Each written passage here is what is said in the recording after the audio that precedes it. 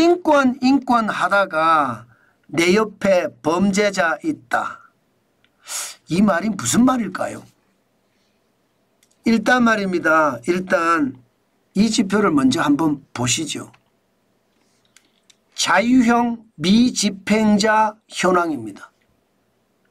이 자유형 미집행자 이렇게 쓰니까 단어가 너무 어렵죠. 도대체 이게 무슨 말을 하고 있는지 모르겠다 이렇게 생각이 들죠. 이게 법률 용어라서 그렇습니다.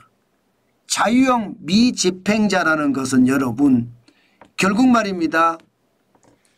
형을 집행을 했어요. 재판이 끝나서 형량이 정해졌어요. 그런데 최종 심리에 도망간다든가 최종 심리에 안 나오는 선고 공판에 안 나오는 거예요. 선고 공판에. 그래서 자유형 미집행자라고 합니다. 선고는 내렸어요. 징역 5년 땅 때렸는데 사라진 거예요. 어디로 사라져요? 뭐 국내에서 잠적한다든가 해외로 도피한다든가 그랬다는 뜻입니다. 2024년 기준으로 6,159명이 잠적을 했습니다. 그중에 1,000명이 해외로 도피했습니다.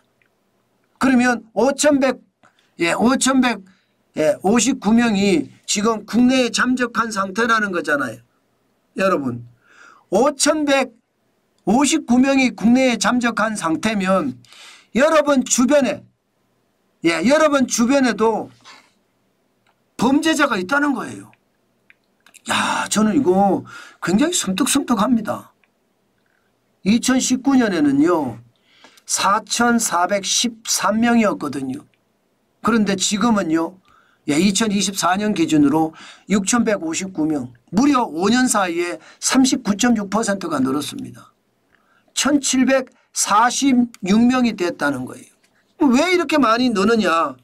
인권 하다가 이렇게 된 거예요. 무슨 이야기냐고요. 이게 인신구속 사무의 처리에 관한 예규 이거 대법원 예규거든요. 2021년 1월에 개정했습니다. 이 개정 내용을 보면요. 구속의 사유와 필요성이 인정되는 경우에 한해서만 피고인을 법정 구속할 수 있다 이렇게 이야기합니다. 다시 말해서 불구속의 수사원칙을 지켜라는 거예요. 불구속의 수사원칙을 지키니 수사도 더뎌지는 것은 당연하고요. 이제 재판에 넘겨서 선고를 앞두고 있는데 도망가는 거예요. 최종심에 나오지도 않는 거예요. 국내로 도망가든 아니면 해외로 도피한다는 겁니다. 재판을 받다가 선고 기호를 앞두고 사라지는 경우가 이렇게 많다는 겁니다. 여러분 인권도 좋습니다. 당연히 인권을 지켜야 되겠죠.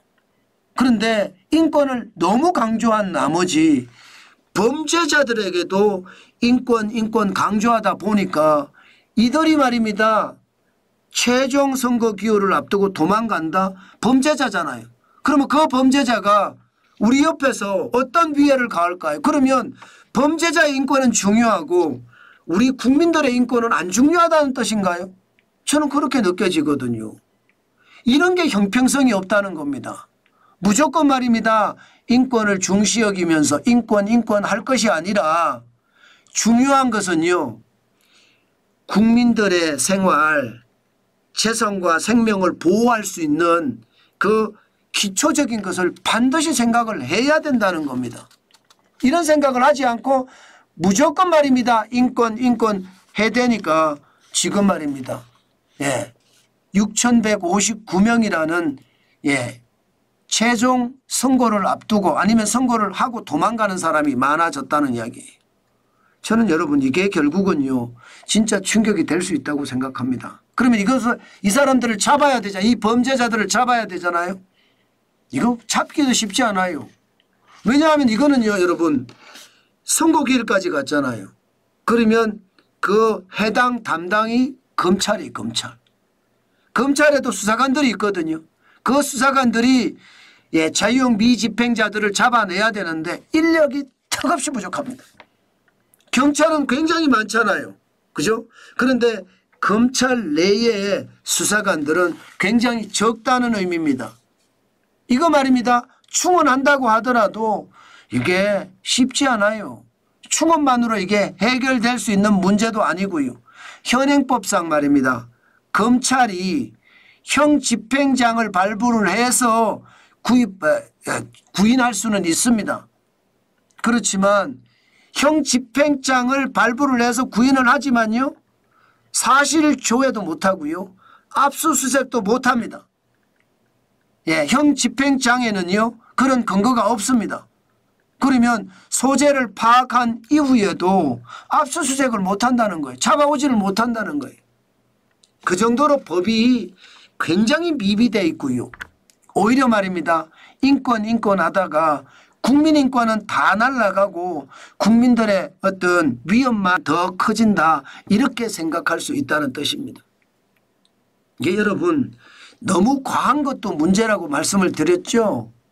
너무 덜한 것도 문제지만 너무 과한 것도 문제입니다. 지금 그만큼 말입니다. 우리 옆에는 범죄자가 있다는 뜻이에요. 충격이죠.